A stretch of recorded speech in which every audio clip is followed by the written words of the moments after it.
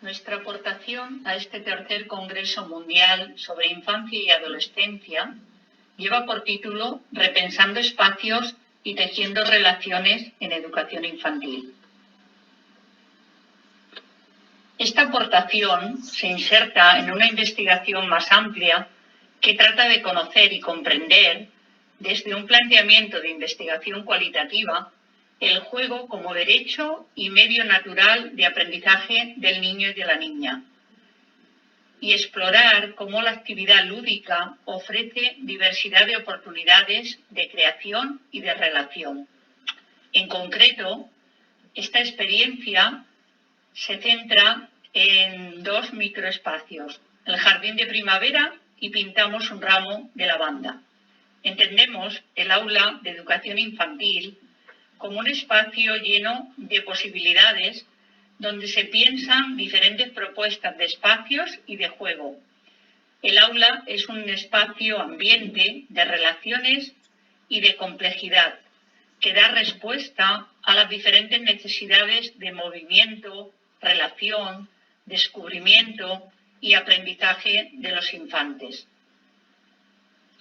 El juego es el centro de la tarea, de la vida diaria del aula, y se concibe como una acción libre y no productiva, conectada con la necesidad de expresión simbólica del infante. También como ventana al despliegue de los diferentes lenguajes de la infancia y como actividad integradora de la acción, la emoción y el pensamiento, construyendo así procesos de socialización e interacción entre iguales y entre los iguales y el docente. Los referentes teóricos que sustentan este trabajo se centran en los presupuestos teóricos de Malaguzzi, cuando plantea la coherencia entre pensamiento y acción para cuidar las relaciones y llevar a los docentes a diseñar espacios y a documentar propuestas en base a las actividades y a las tareas diarias del aula. Otro anclaje importante es el arte y los elementos cotidianos. Asumimos con Becci que el arte se construye con los elementos del día a día, que la actividad creadora puede aparecer en cualquier momento de la vida del aula, ya sea entre los niños y el adulto o de los niños entre sí con los objetos que les rodean, por ejemplo. Se trata de proporcionar a niños y niñas oportunidades para el juego, la creación y el desarrollo de actitudes personales. Asumimos con Pere Gómez que el aula es un espacio complejo, en donde se da un cruce de culturas que además en los tiempos que vivimos forma parte del día a día de la vida de las aulas. El planteamiento teórico en el que nos posicionamos gira en torno a la teoría socioconstructivista del aprendizaje. En relación a estas bases teóricas, nos formulamos las siguientes preguntas de investigación. ¿Cómo potenciar la comunicación y la autonomía en educación infantil? ¿Cómo diseñar espacios en el aula que sitúen al niño en el centro del proceso educativo?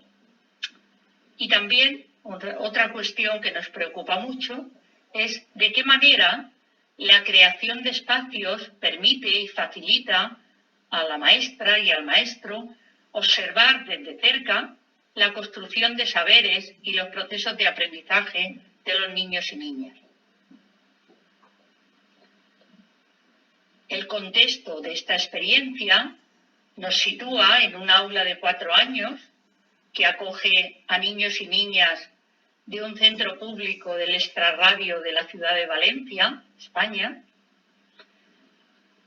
En este aula, la maestra trata de organizar las tareas descentralizando el ambiente y el espacio en sí en diferentes microespacios con juegos y propuestas complejas. Asumimos que si las tareas y las actividades que planteamos no son complejas, va a ser difícil que se dé el aprendizaje. Y más en la sociedad en la que estamos, en donde estamos inmersos en una complejidad continua y en unos cambios realmente relevantes para todo lo que estamos viviendo, ¿no? En este contexto de la experiencia, consideramos que la asamblea es el espacio de reunión y de encuentro.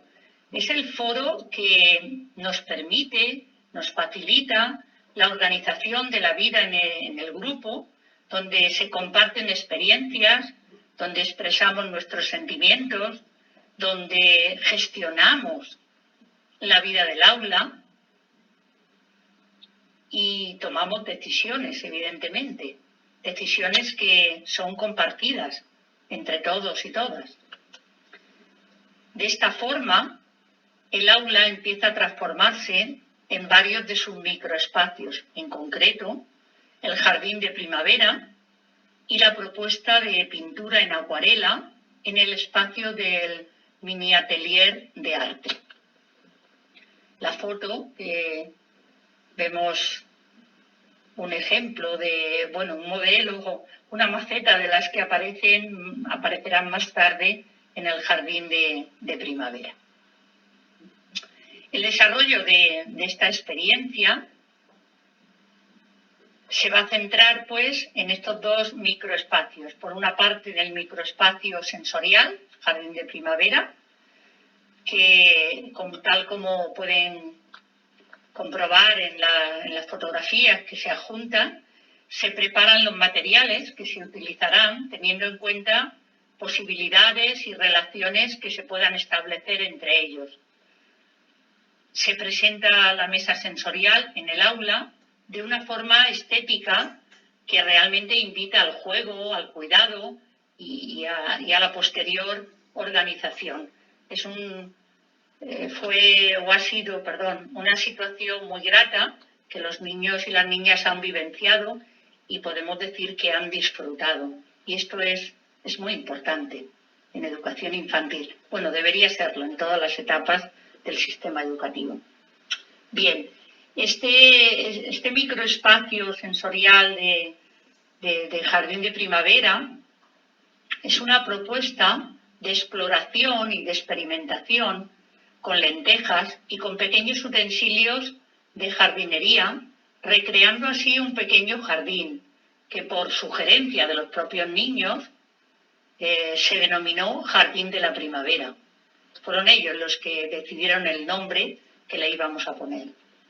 Los materiales que intervienen en este jardín de primavera son muy diferentes y no son nada costosos. Es cuestión de organizarse, claro está, ¿no? Son materiales con piezas y cortes de madera de diferentes tamaños, objetos pequeños para actividades de creación plástica, mariquitas pequeñas, una cestita pequeñita de decoración, muñecos de madera de diferentes tamaños, flores de tela, pequeños maceteros, utensilios de jardinería y 2 bandejas, tal como muestran las fotografías, precisamente para que ellos experimentaran ese trasvase de los objetos de una a otra. Aquí en estas fotografías vemos las exploraciones y creaciones que los niños van realizando. En este momento se organiza el microespacio sensorial por parejas y la maestra observa, va anotando va tomando notas en su diario, lo que permitirá a posteriori la documentación de la actividad.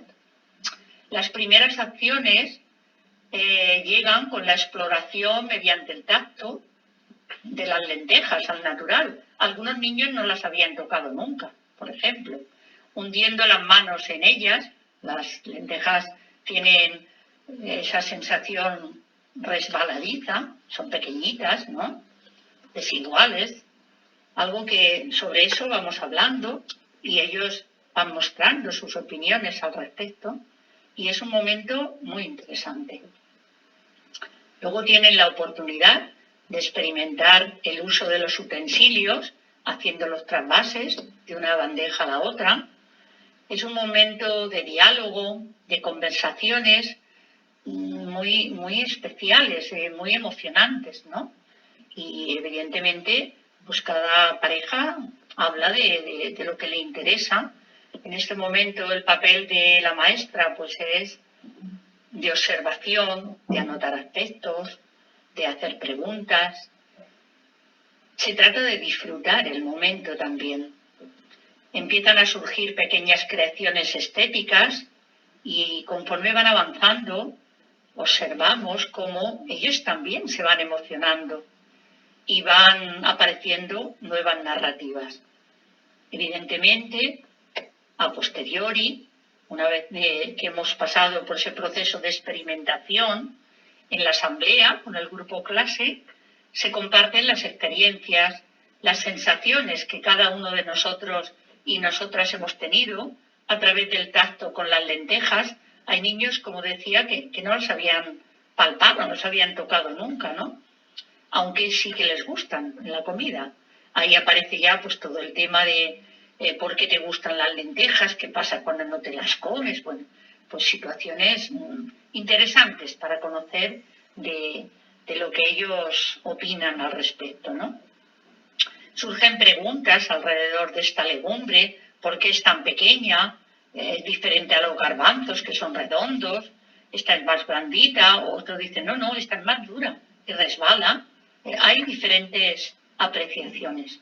Todo eso forma parte de la vivencia y del lenguaje que genera la propia experimentación. De ahí van surgiendo ideas y, bueno, incluso mini proyectos de investigación que posteriormente en la asamblea tomamos nota de ello y en algún momento recurrimos a retomar las conversaciones que surgieron en el jardín de primavera. Bien, la otra propuesta es el mini atelier de arte. Pintamos un ramo de lavanda. Siguiendo con el contexto de la llegada de la primavera, se plantea a los infantes el reto de dibujar del natural, y esto es muy importante, un ramo de flores, en este caso un ramo de lavanda. Insistimos en esa idea de que lo que podemos ver con nuestros ojos, podemos también pintarlo. Entonces, ¿por qué no recurrir a la naturaleza? ¿Por qué no recurrir a lo inmediato, precisamente para ese aprender a mirar la realidad, ¿no? Sostenemos con Camille que el acto de dibujar supone una estrategia para tratar de comprender y verificar aquello que la criatura observa de su entorno más inmediato o de lo que en ese momento constituye su entorno. Ciertamente que la asamblea, con todo el grupo clase, es como decía antes, es un foro muy necesario en el aula, porque nos permite aprender a dialogar, intervenir, aprender también las normas mínimas que necesitamos para escucharnos los unos y los otros, ¿no? Es en ese momento de la asamblea cuando se conversa sobre los diferentes olores de las plantas medicinales, para qué pueden ser beneficiosas. Siempre surge algún comentario de algún niño que evoca una situación en la que cuando estaba malito, pues su mamá le hizo una infusión con manzanilla, que también es una planta medicinal. Ahí aparece otro tema del que tomamos nota y que en algún otro momento volvemos a retomar y a dialogar sobre ello.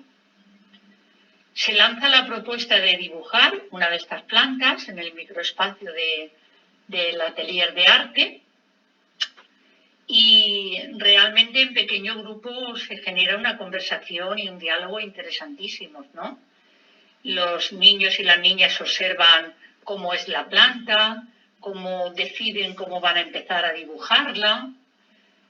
En todo este proceso, la maestra tiene como función el acompañamiento a las criaturas y también el ir retroalimentando mediante la formulación de preguntas, la atención más inmediata al que lo necesite.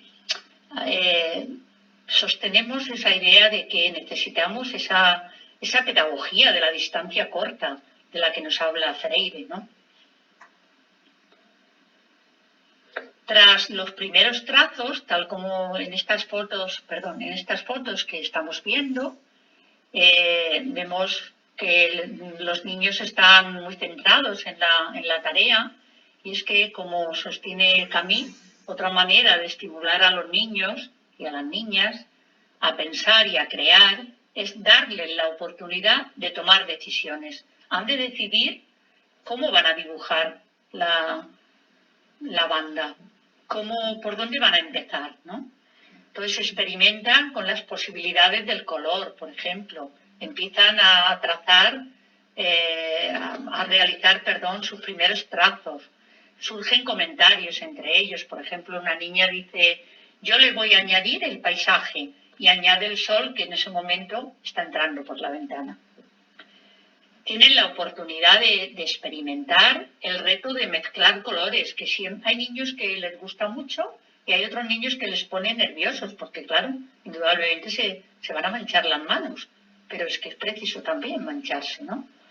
Empiezan a realizar capas sobre capas y han de aprender o han de probar o experimentar para moderar el uso del agua, para no mojar el papel en exceso, porque si lo mojan en exceso se va a romper y entonces la obra de arte va a quedar dañada, y hay que cuidar mucho esto.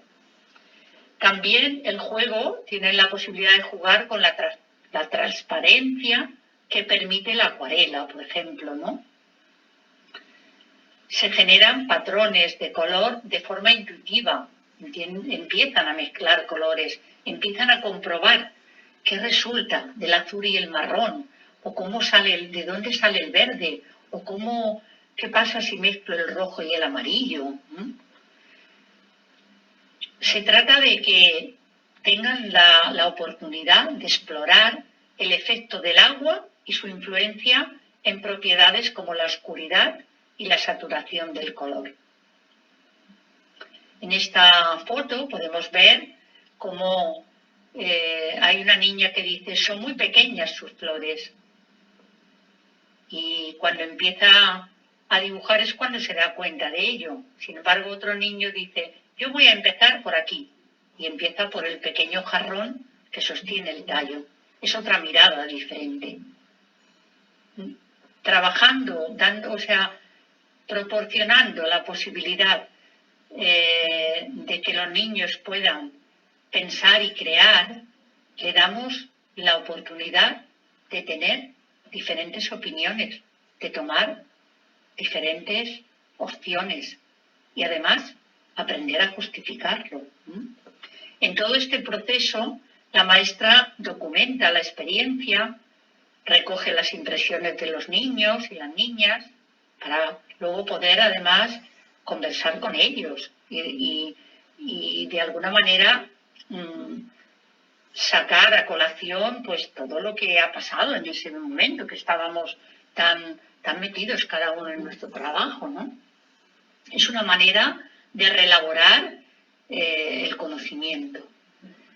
Llegado el momento que va concluyendo el taller, pues hemos de realizar turnos también, claro, para el lavado del material y el aseo del mini atelier. Es importante, de la misma manera que cuesta preparar los materiales, también es importante saber que necesitamos dejarlos en un buen uso para la siguiente vez que los vayamos a utilizar. Llegado ya este momento, tras el proceso de análisis de los dos microespacios del aula, retomamos las preguntas de investigación que parten del interés como decía al principio, en conocer y comprender cómo potenciar la autonomía en el aula de infantil y cómo diseñar espacios en el aula que sitúen al niño en el centro del proceso educativo.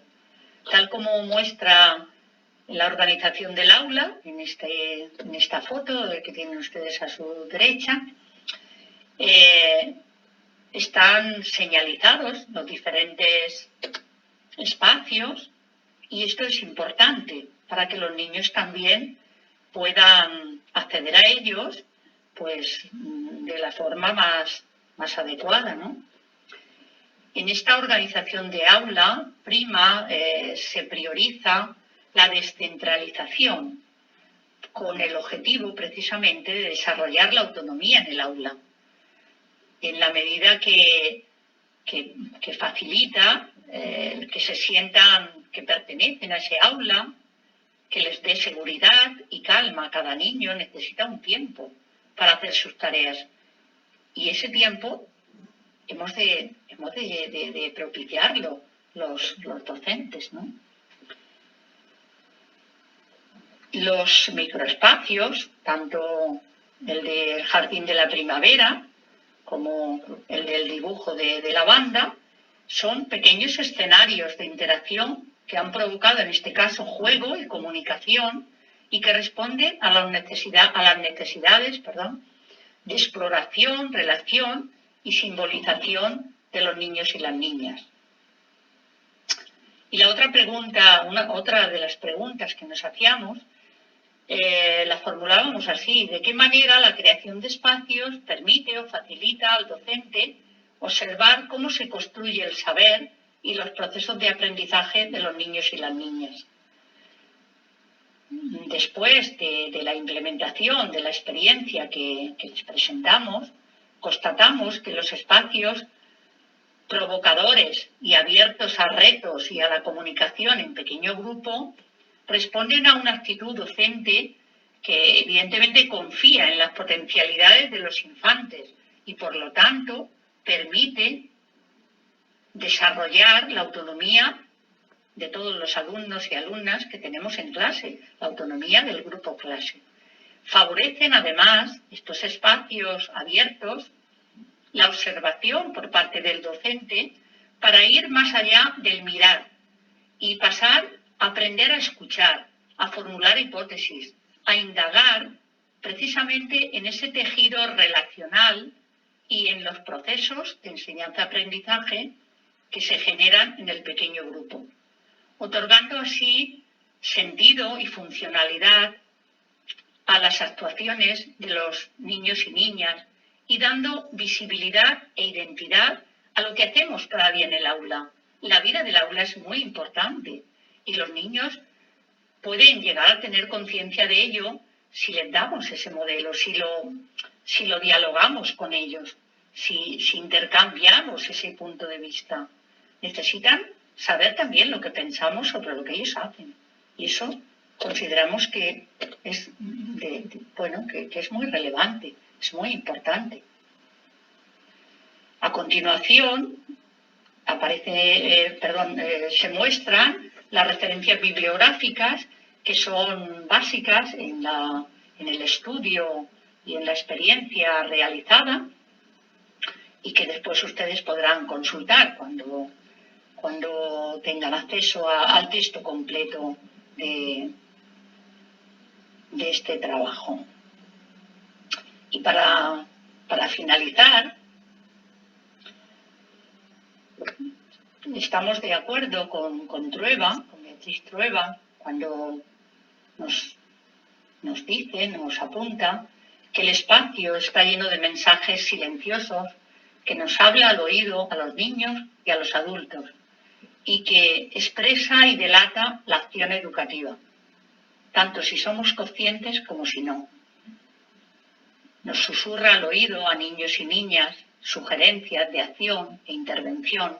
Quizá lo que necesitamos es estar más atentos a ese mensaje silencioso, ¿no?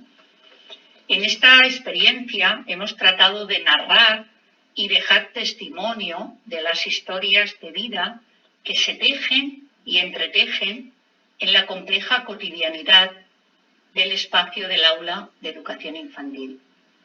Estamos en ello, seguimos aprendiendo y muchísimas gracias por toda su atención.